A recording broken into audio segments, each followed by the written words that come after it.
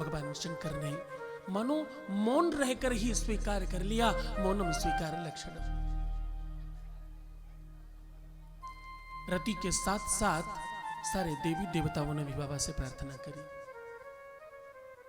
विष्णु को बहुत समीप पाकर भगवान शंकर ने कहा कि मैं एक बार परीक्षा जरूर लूंगा। मैं देखूं तो क्या मेरी सती ही है। यद्यपि प्रकृति का जो इशारा मिल रहा है वो वैसा ही है, लेकिन विष्णु मैं देखना चाहूंगा एक बार। बाबा ने एक बैरागी का भेष बनाया और पार्वती की परीक्षा लेने जा रहे हैं। ध्यान से समझना, जीवन में परीक्षाएं बहुत आवश्यक हैं। मैं अधिकतर उन बच्चों से कहता हूं जो विद्यार्थी हैं, जो विद्या अध्ययन कर रहे हैं, जो किसी भी चीज के में कंपटीशन इत्यादि में बैठ रहे हैं, उनसे निवेदन करूंगा, परीक्षा कभी भी दुखदाई नहीं होती। परीक्षा कभी भी भयातुर करने वाली नहीं होती। परीक्षाओं से भयभीत नहीं होना चाहिए। परीक्षाओं से भयभीत होना, परीक्षाओं से परेशान होना और परीक्षाओं को सुनकर के बुखार आ जाना और बहुत अपना मन खराब कर लेना, यह बहुत अच्छा नहीं है। परीक्षा क्या है पता है? परीक्षा बिल्कुल वैसी ही व्यवस्था है जैसे जब तुम श्रृंगार करते हो, श्रृंगार करने के बाद आईने में अपने आप को देखते हो, जब मिरर में अपना दर्शन करते हो और तुम देख लेते हो काजल या कोई भी चीज कम ज्यादा ऊपर नीचे है तो आप उसे सुव्यवस्थित कर लेते हो। हाँ, डरते नहीं हो। आईना देखने से जैसे तुम्हें डर नहीं लगता। हमने टीका चंदन लगाया, आईने में देखा, थोड़ा इधर तीखा, थोड़ा इधर ठीक नहीं था, ठीक कर लिया।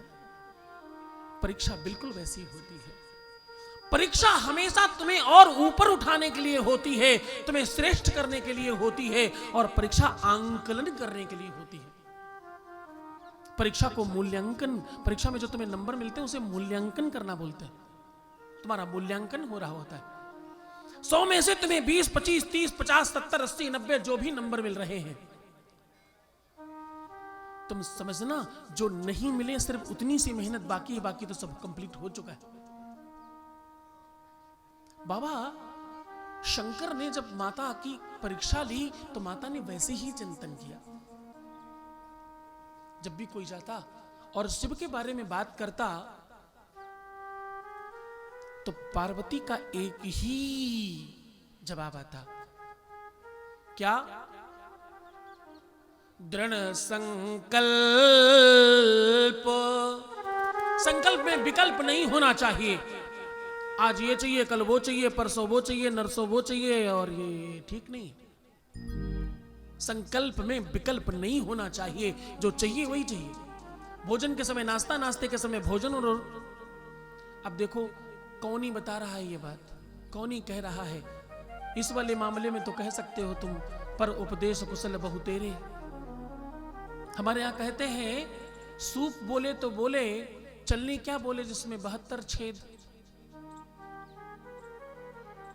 मतलब टाइम पर नाश्ता खाने वाला अगर ये कहे तो अच्छा लगता है, जो टाइम पर नहीं करता वो कहे अच्छा नहीं लगता, लेकिन करना चाहिए। हाँ,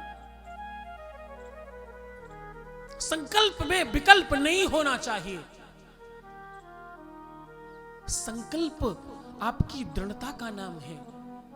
संकल्प आपकी श्रेष्ठता का नाम है। संकल्प तुम्हारी रीढ़ की हड्डी है जो सीधी होनी चाहिए। संकल्पेन समर्पितम तव विभो पूजा गृहाणा प्रभो। संकल्प तुम्हारी दृढ़ता और तुम्हारी निष्ठा और तुम्हारी श्रद्धा और तुम्हारी भक्ति का प्रतीक है। संकल्प केवल वही नहीं होता जो तुम हाथ में लेके पूजा करते हो। संकल्प नित्य भी होता है। अब से मैं रोज सवेरे जल्दी उठा करूंगी, संकल्प है। तुमने ले लिया पर माना नहीं। अब से मैं गुस्सा नहीं करूंगा या नहीं करूंगी, संकल्प है।